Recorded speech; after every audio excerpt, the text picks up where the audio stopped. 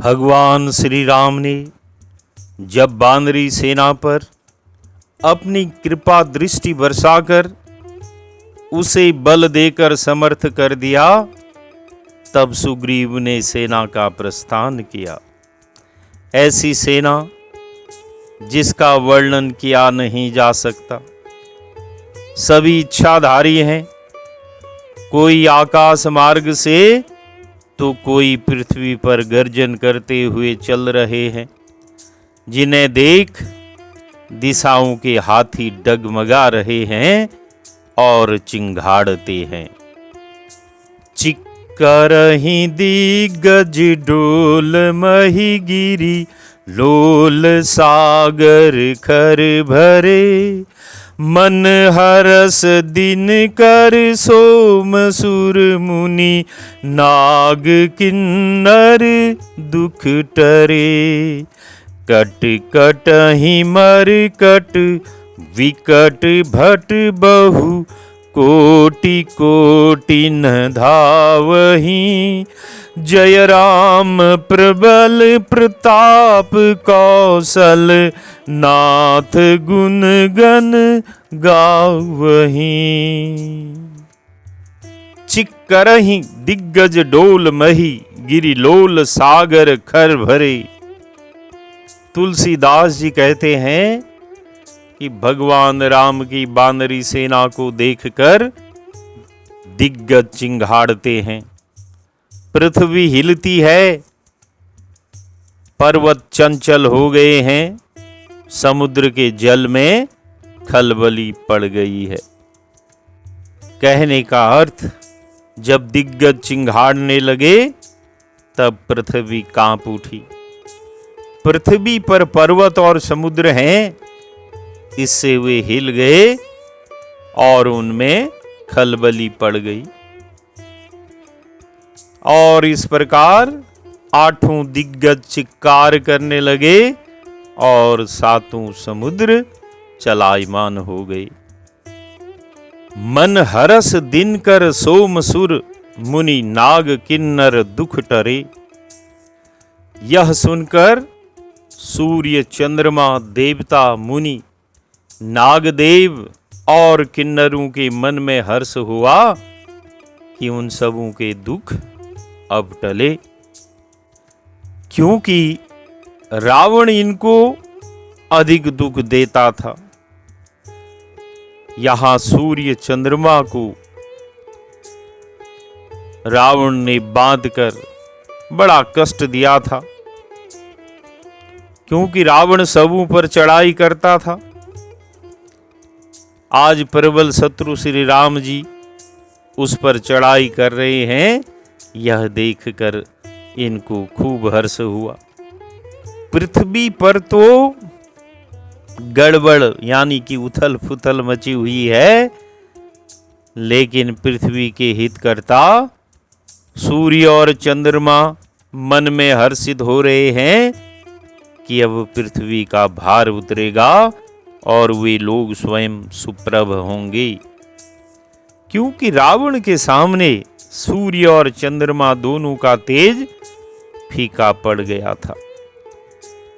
और सुर मुनि नाग तथा किन्नरों का दुख टला, क्योंकि रावण के मारे सबको नाकों दम था। रावण के राज्य में व्यक्तिगत स्वतंत्रता भी सबकी छीन ली गई थी। यज्ञ धर्म कर्म आदि नहीं हो पाते थे, इसीलिए इन सभी लोगों को बहुत दुख था। और जब ये देखा कि भगवान श्री राम की सेना आ रही है, यह देखते ही इनके दुख टलने लगे।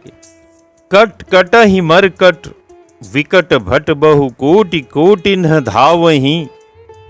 अनेक भयंकर योद्धा बानर कटकटाते हैं, अर्थात क्रोध पूर्वक दांतों से भयंकर शब्द करते हैं, और बहुत से करोड़ों करोड़ों मिलकर दौड़ते हैं। यानी बानर और लंगूर सभी उत्साह में भरे हुए हैं। कहीं सामान्य और कहीं विशेष गर्जन करते हैं, सभी कटकट करते हैं। कभी राम गुणगान करने लगते हैं तो कभी जय जयकार करते हैं। उनकी देह बड़ी भयानक है, जो मुंह से कट कट शब्द करते हैं वह भी बड़ा भयानक है। जय राम प्रबल प्रताप कौशलनाथ गुणगन गावहीं।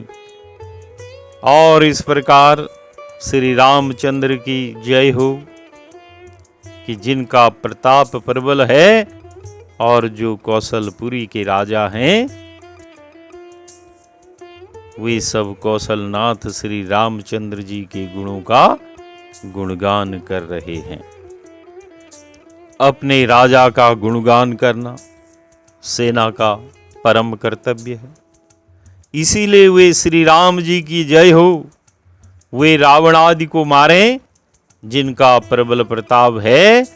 वे राम जी कौशलपुरी के राजा हों, अर्थात कौशलपुरी में राज्य करें। उनके प्रताप से समस्त ब्रह्मांड को आनंद होगा। इस प्रकार पूरी सेना भगवान श्री राम का गुणगान कर रही है। जिस प्रकार सूर्य के उदय से अंधकार का नाश होता है, वैसे ही राम प्रताप से निशाचर नाश होगा। इस समय बानर प्रबल हुए हैं, सो राम जी के प्रताप से। राम से नाम, प्रताप से रूप, कौशलनाथ से धाम और गुणगान से प्रभु की लीला कही गई है। इस तरह नाम, रूप, लीला और धाम चारों के गुण बानरी सेना गा रही है। सही सकन भार उदार अहिपति, बार बार ही मोहही। गह दसन पुनि पुनि, कमठ पृष्ठ कठोर सो किमि सोहई। रघुबीर रुचिर पयान प्रस्थिति, जानी परम सुहावनी। जनु कमठ खर पर सर्प राज सो, लिखत अविचल पावनी। सही सकन भार उदार अहिपति, बार बार ही मोहही। तुलसीदास जी कहते हैं कि परम श्रेष्ठ और बड़े भारी शेषनाग जी भी सेना के इस भारी बोझ को सह नहीं सकते। वे बारंबार मोह को प्राप्त हो जाते हैं।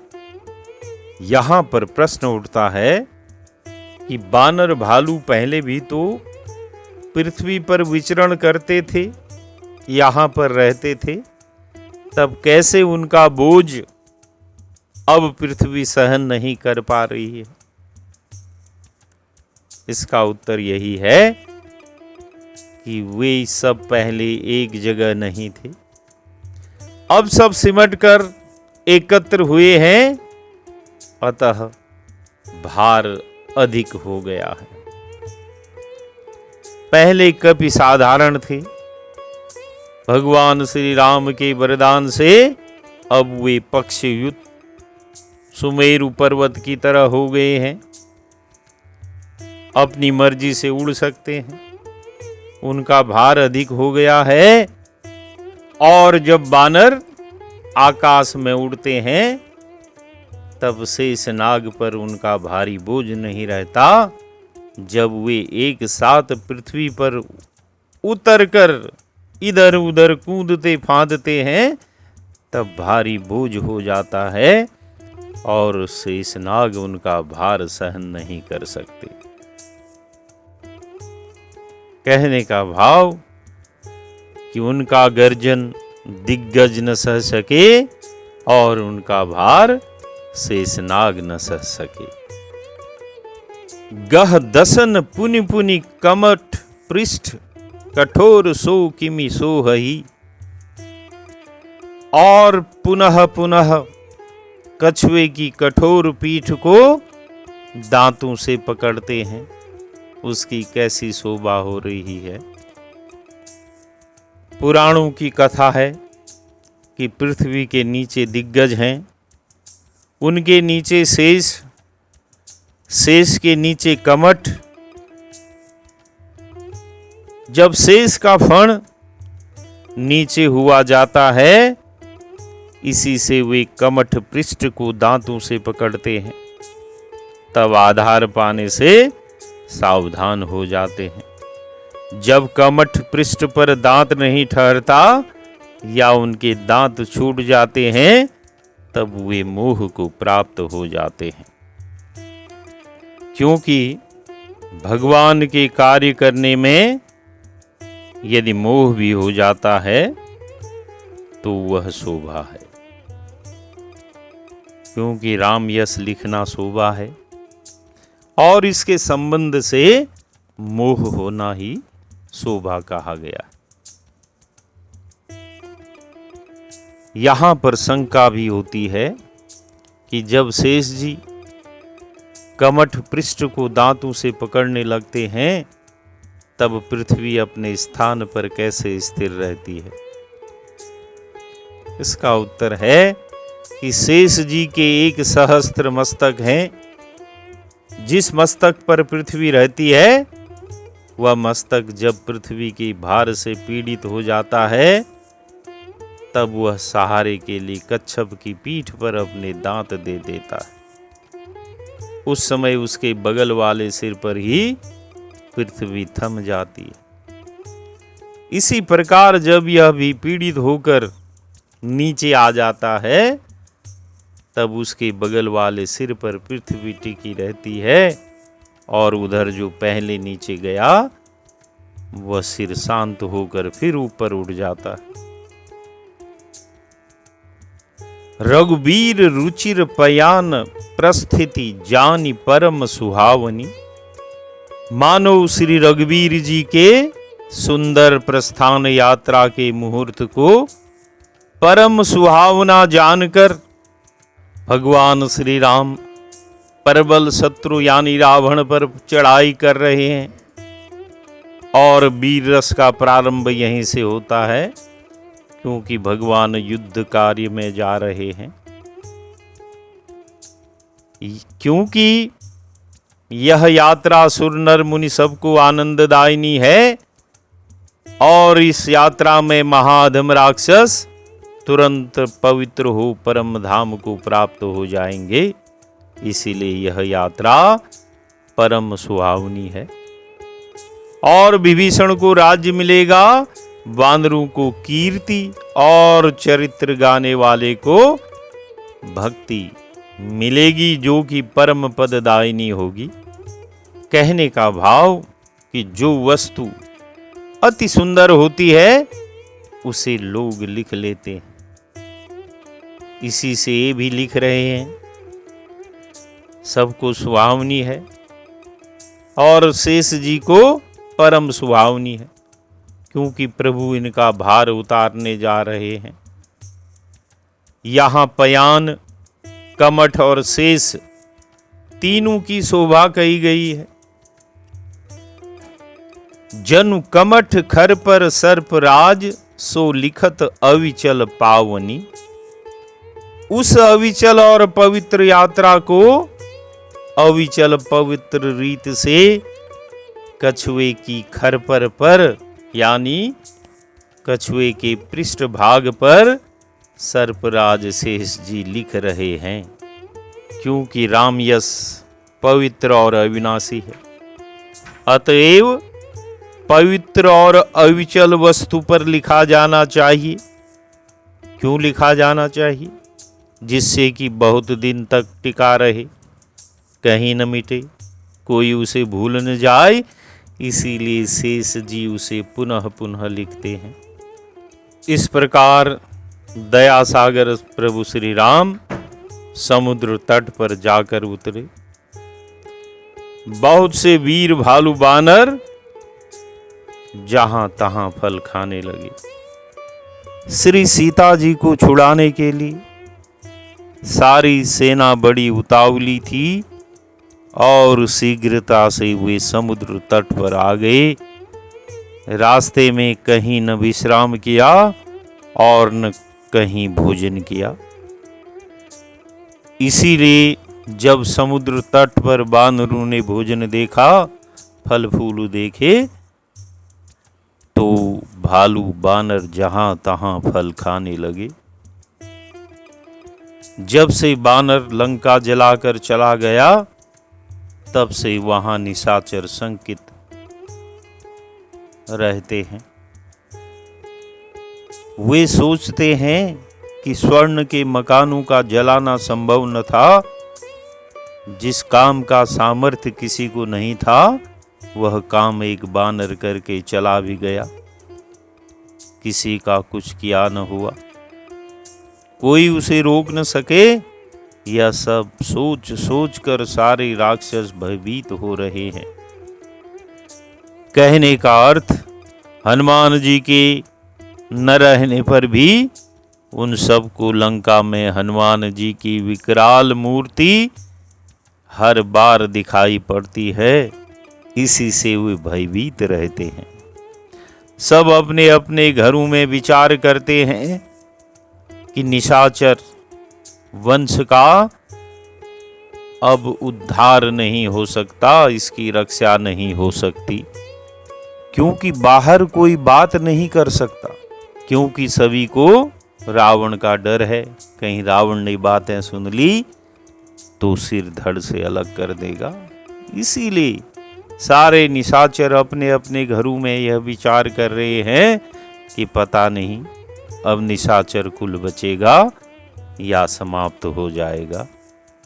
और कहते हैं कि जिसके दूत का बल वर्णन नहीं हो सकता, उसके स्वयं लंका आने पर नगर की क्या और कौन भलाई हो सकती है।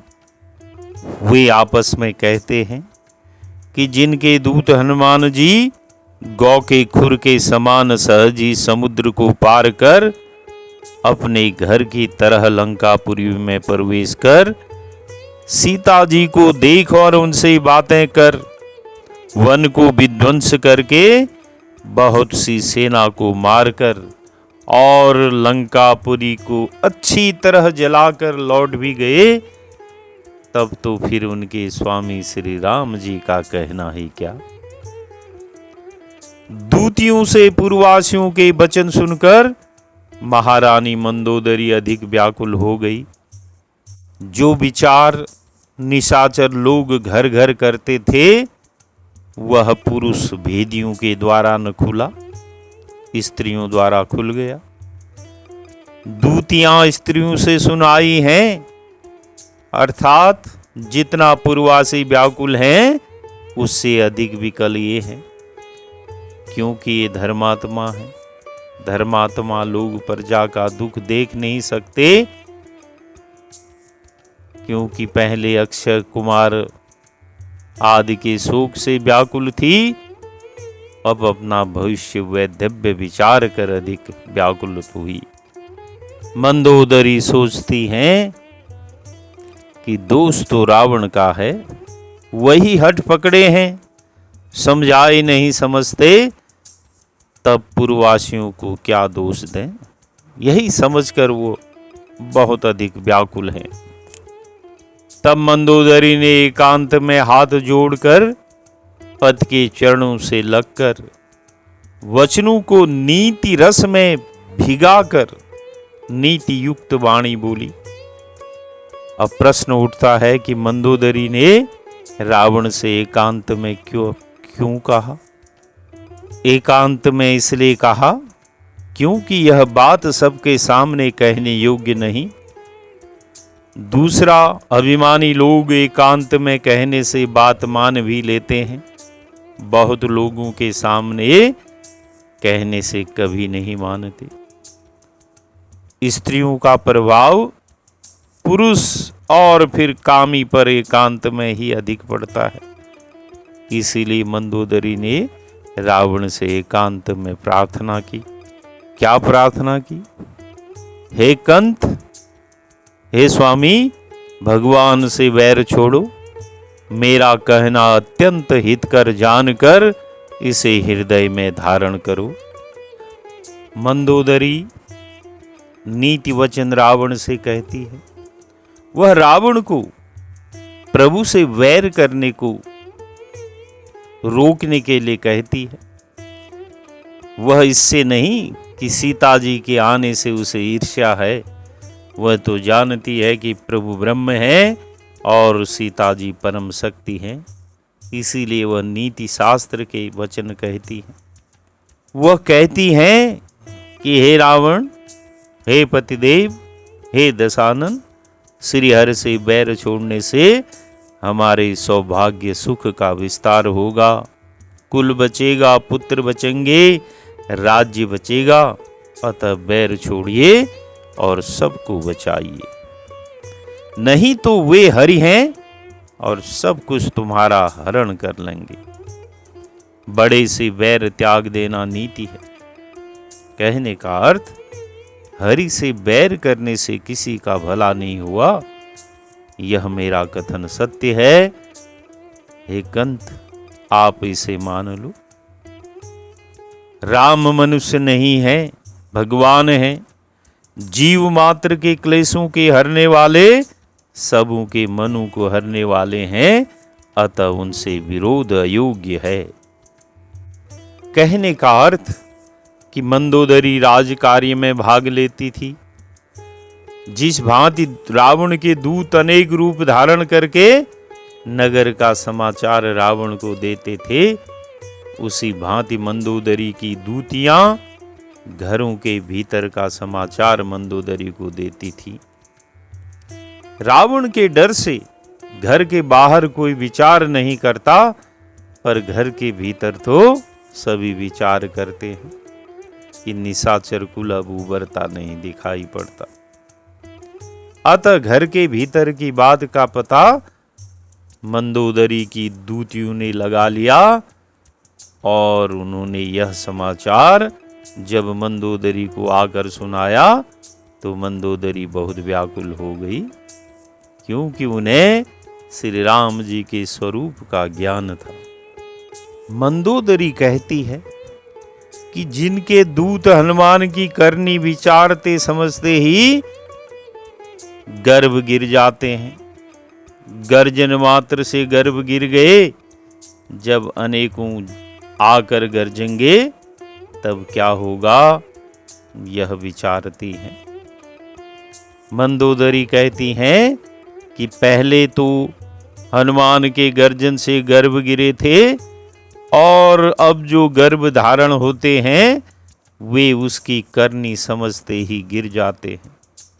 इससे सब स्त्रियों का अत्यंत भयभीत होना दिखाया, क्योंकि इससे आगे की वंश की वृद्धि नहीं हो सकती।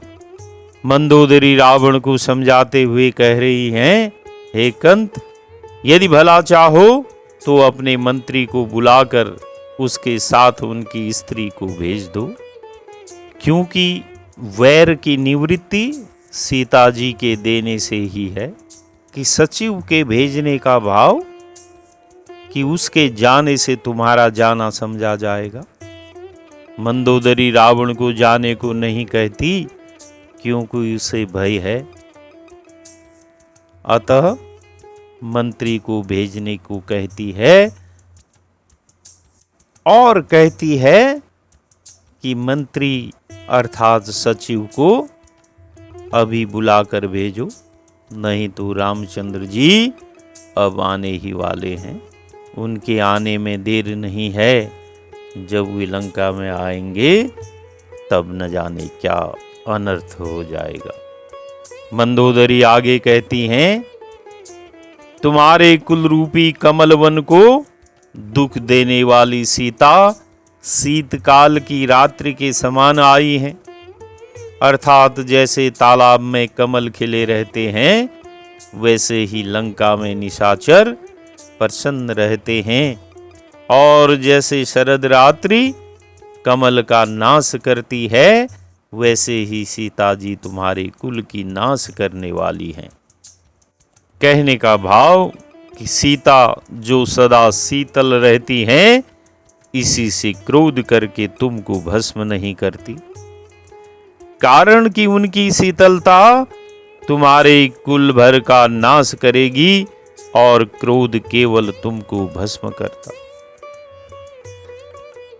श्री सीता जी उसे भस्म कर सकती थी, यह स्वयं उन्होंने रावण से कहा है कि मैं अपने पातिव्रत्य के तेज से जलाकर भस्म कर डालूं। हे रावण, तुम्हारी मजाल न थी कि तुम मुझे श्री राम जी के रहते हर लाते। निश्चय जान लो कि तुम्हारे द्वारा मेरे हरण का विधान विधाता ने तुम्हारे नाश के लिए ही रचा है। ये वचन श्री सीता जी ने मंदोदरी आदि रानियों के सामने रावण से कहे थे और उन्हीं वचनों को सोचकर मंदोदरी ने ये सब बातें रावण से कही कि ये तुम्हारे लेने से नहीं आई, किंतु तुम्हारे कुल का नाश करने के लिए लंका में स्वयं आई हैं।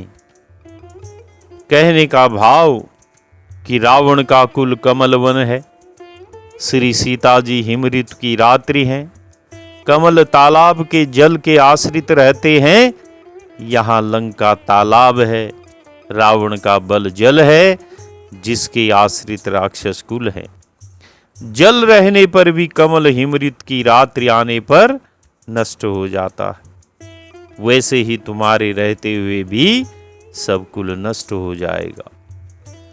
जैसे हिमऋत की रात्रि के संयोग से चंद्रमा कमलों का नाश करता है, वैसे ही राम रूपी चंद्र सीता रूपी शीत निशा के संयोग से क्रोध रूपी हिम को वर्षाकर तुम्हारे कुल का नाश कर देंगे। मंदोदरी आगे कहती हैं, हे नाथ सुनिए, बिना सीता जी को दिए शंभु और ब्रह्मा के भी करने से तुम्हारा भला नहीं हो सकता। अर्थात आपका हित इसी में है कि मेरा कहा माने, दूसरा कोई आपका हित नहीं कर सकता। मंदोदरी ने यहाँ शंभु और अज का नाम लिया क्योंकि रावण ब्रह्मा का परपोता है और शिव जी का सेवक है, किंतु राम का द्रोही है, अतः उसका हित नहीं हो सकता, क्योंकि ब्रह्मा और शिव श्री राम के सेवक हैं। मंदोदरी रावण को समझाते हुए कह रही हैं कि श्री रामचंद्र जी के बाण सर्पों के समूह के समान हैं और निशाचर समूह मेढक के समान हैं। जब तक वे राक्षसों को निगलते नहीं, तभी तक हट छोड़कर उपाय कर लो। कहने का अर्थ कि राम बाण अहिगण सदृश हैं, अर्थात सांपों की तरह वे सविश हैं, सपक्ष हैं, लंबित हैं, ग्रासक हैं, फुंकार युक्त हैं, सवेग हैं, भयंकर हैं और मृत्युकारक हैं। निशाचर मेढक हैं, जैसे सर्प मेढकों को खोज खोज कर खाते हैं, वैसे ही रामबाण निशाचरों को ढूंढ ढूंढ कर मारेंगे। जैसे मेढक कुछ कर नहीं सकते, वैसे ही निशाचर भी कुछ कर न पाएंगे। अर्थात यत्न करने से बच सकेंगे, युद्ध करने से नहीं बच सकते। जैसे मेढक सर्प से युद्ध नहीं कर सकता, तो फिर क्या यत्न करें? यही यत्न कि सीता जी को लौटा दो। जब युद्ध का प्रारंभ होगा, तब यत्न काम न देगा, क्योंकि राम बाण अमोघ हैं, धनुष से छूटे फिर व्यर्थ नहीं जा सकते। सठ और जगत प्रसिद्ध अभिमानी रावण उसकी वाणी कानों से सुनकर खूब हंसा और बोला, सत्य ही स्त्रियों का स्वभाव डरपोक होता है, उनको मंगल में भी भय लगता है, क्योंकि उनका मन अत्यंत कच्चा होता है। यहां पर रावण स्त्रियों के अवगुणों के बारे में बता रहा है और उनमें सभय होना भी एक है। तात्पर्य कि जहां भय नहीं है वहां भी यह भय करती हैं। जो नीति में कहा है वह सत्य है। प्रत्यक्ष देखने में आ गया कि जिस मंदोदरी को किसी का भय नहीं वह भी डर रही है। यह नारी स्वभाव है। स्वभाव से ही भयभीत हुई, इसी से रावण मन का कच्चा कहता है। मंगल क्यों कहता है? क्योंकि कोई भारी शत्रु नहीं है, नर वानर हैं जो हमारे भक्ष्य हैं। रावण आगे कहता है कि यदि बंदरों की सेना आ भी जाएगी तो बेचारे निशाचर उन्हें खाकर जिएंगे। रावण मंदोदरी को समझाते हुए कहता है कि पहले तो बानरी सेना उसके भय से नहीं आएगी, यदि आ भी गई तो जान लो कि उनका काल ही प्रेरणा करके उन्हें यहां ले आया है। निशाचर बहुत भूखे हैं, एक दो बानरों से काम नहीं चलेगा। बानर सेना बहुत बड़ा आहार है जिसे पाकर राक्षस जी सकेंगे। और श्री राम लक्ष्मण तो दो ही हैं, ये एक ही निशाचर को पूरे न पड़ेंगे।